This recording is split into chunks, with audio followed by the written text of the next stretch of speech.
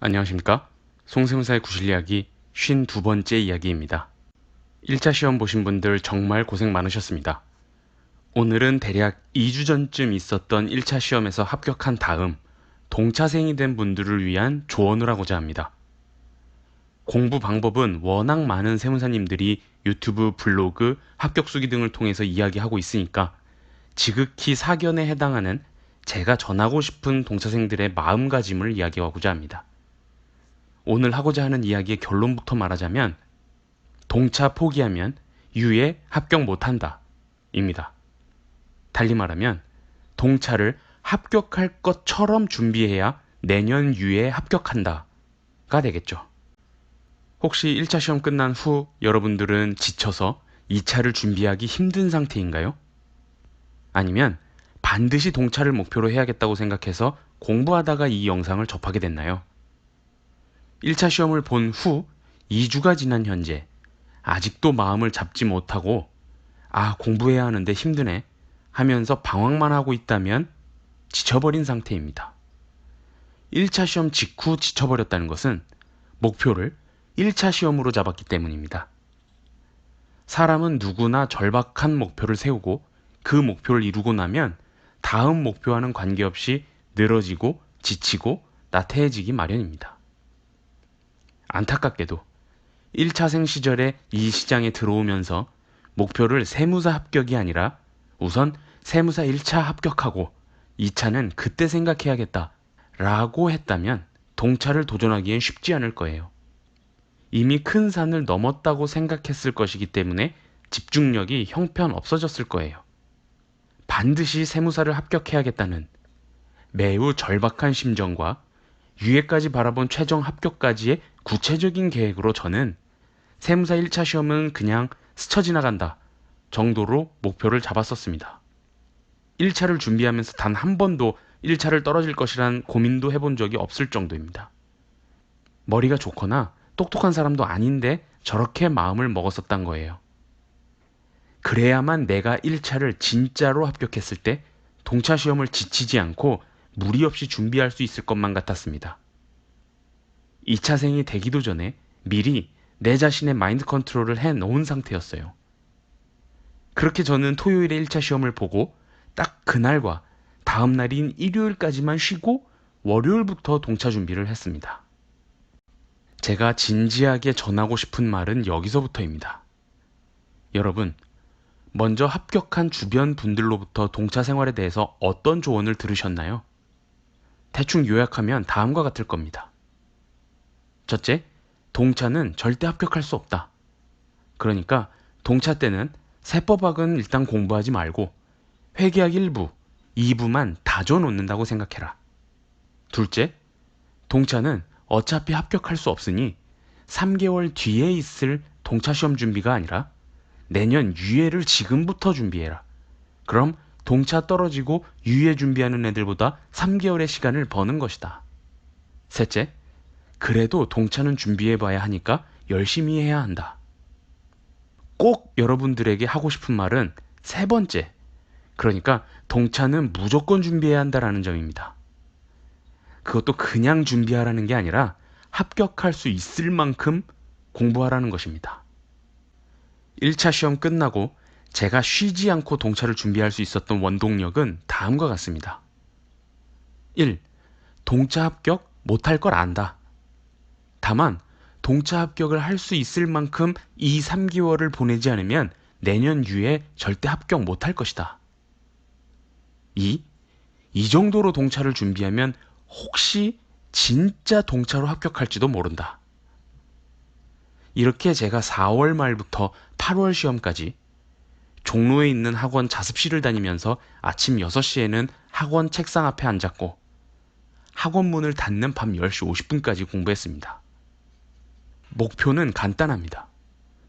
이렇게 동차 3개월을 안 보내면 나 내년에 무조건 떨어진다 라고 생각하세요. 그렇다면 공부는 어떻게 했는가? 유예생이 될 걸 알기 때문에 차라리 이 시간에 좀 더 깊은 공부를 해서 미리 유예생이 되어서 일부 과목을 선별해서는 준비를 하는 계획을 세우거나 세법학의 기본 강의를 느긋하게 듣는다는 등 늘어지는 공부가 아닌 정말로 동차로 합격할 정도의 공부 계획과 이를 이행하면서 투입 시간을 늘리며 나 잘하면 합격하겠다 라는 생각이 들 만큼 공부했다는 점입니다. 아니 어차피 동차 안 될 거는 누구나 아는 사실인데 그럼 차라리 동차 기간 3개월, 동차 시험 후 내년 유예 시험까지 12개월 합쳐서 총 15개월을 유예를 미리 준비하는 게 좋지 않은가 라는 질문에 대해서 저는 다음과 같은 이야기를 하고 싶습니다. 동차 기간을 3개월, 합격자 발표 후 유예 시험까지를 대략 10개월이라 치고 이 기간을 유예 기간이라고 한다면 동차 기간 3개월은 유예 기간 8개월과 같은 정도의 효과가 있을 만큼 중요하다는 이야기를 하고 싶습니다. 근거 없는 이야기고 그냥 제가 생각한 개념이지만 동차를 포기해서는 안 된다는 이야기를 강조하기 위함이며 실제로 제가 느낀 바가 그렇습니다. 여러분들도 1차 시험에 임박했을 때 막판에 그 많은 양을 정리하면서 시험장에 들어갈 때 시험 한 달 전의 집중력과 시험 한 주 전의 집중력에 차이가 있음을 느끼셨죠? 똑같습니다. 무언가 임박해 있을 때 집중력은 정말 놀라운 만큼 실력을 끌어올려줍니다. 동차 시험을 실제 합격할 것처럼 모든 과목을 동시에 가져가면서 준비를 할 때의 집중력은 유예 기간의 8개월과 같은 정도라는 말이 이 때문입니다. 제가 이거 하나는 장담할 수 있습니다. 동차를 포기하고 이 동차 기간에 유예를 미리 준비하면서 어느 특정 과목을 지정해서 심도 있는 공부를 좀 해야겠다 라고 마음먹는 것과 실제 동차로 합격할 정도로 집중력을 유지해서 3개월을 보낸 후의 실력 차이는 후자가 훨씬 뛰어나질 것입니다. 동차 때는 시간이 없어서 각 과목을 선택과 집중을 하게 되니까 전체적으로 보면 마치 수박 겉핥기식으로 얕게 공부하는 것처럼 보일 텐데 차라리 느긋하게 내년을 위해서 깊이 있는 공부를 더 하는 게 낫지 않겠나 생각할지 모르지만 절대 그렇지 않습니다. 여기까지 말하고자 하는 부분 잘 아시겠죠? 제가 말하는 동차를 포기한다는 실제 동차 기간에 공부를 한다고 하더라도 이 공부가 동차로 합격할 정도로 열심히 하는 것이 아닌 내년 유예를 준비하는 공부도 제가 정의하는 동차를 포기하는 범위에 해당합니다. 다시 한번 결론을 말씀드리면요. 동차를 포기하고 이 기간에 첫째, 너무 힘들어서 아예 공부 자체를 하지 않거나 둘째, 어차피 안 될 거니까 내년을 위해서 지금은 좀 느긋하게 체력 관리하면서 깊이 있는 공부를 해야겠다고 마음먹었다면 내년 유예 떨어집니다. 괜히 센 표현을 써서 자극적으로 하려는 말 아니에요. 동차 때 실제 합격할 정도로 미친 듯이 공부해서 쌓는 베이스는 모래성이나 금방 무너질 진흙 정도로 쌓는 게 아니라 절대 무너지지 않을 콘크리트로 쌓아 올리는 것입니다.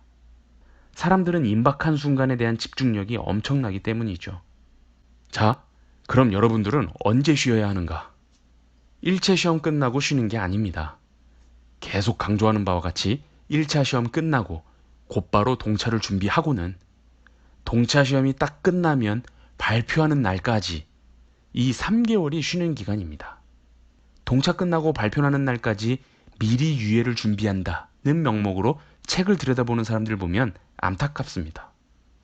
솔직히 이 기간에 공부가 되겠습니까? 할 것도 없는데 어차피 안 될 거 알지만 발표할 때까지 느긋하게 중급에게 기본수 한 번 더 본다고 하고 이런 식으로 대충 시간 때우기식 공부할 거면 그냥 아무것도 하지 마세요.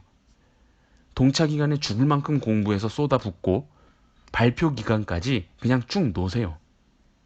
책 들여다보지도 마시고 이 기간에 놀고 쉬었어도 유예가 확정되어도 동차 때 했던 거 어디 도망 안 갑니다. 지금 좀 힘들다고 느껴지면 차라리 비싼 돈 주고 보약이라도 먹고 체력 끌어올려서 반드시 11월까지 1차 직전 때처럼 열심히 시간을 쓰세요. 마치 난 이번에 합격한다라는 마음을 먹으면서 말이죠. 간단합니다. 동차 포기하면 유예 합격 못하고 반대로 동차를 미친 듯이 준비하면 유예 반드시 합격합니다. 동차 포기하고 그냥 쉬다가 유예 때 준비해도 합격하는 사람들이 있던데? 라는 분들 계실지도 모르는데 그 당사자가 여러분들이 되지는 않을 거예요. 합격자 650명 중에 몇십 명 될까 말까일 겁니다. 그러니까 그 사람들은 여러분이 아니에요. 일반적으로.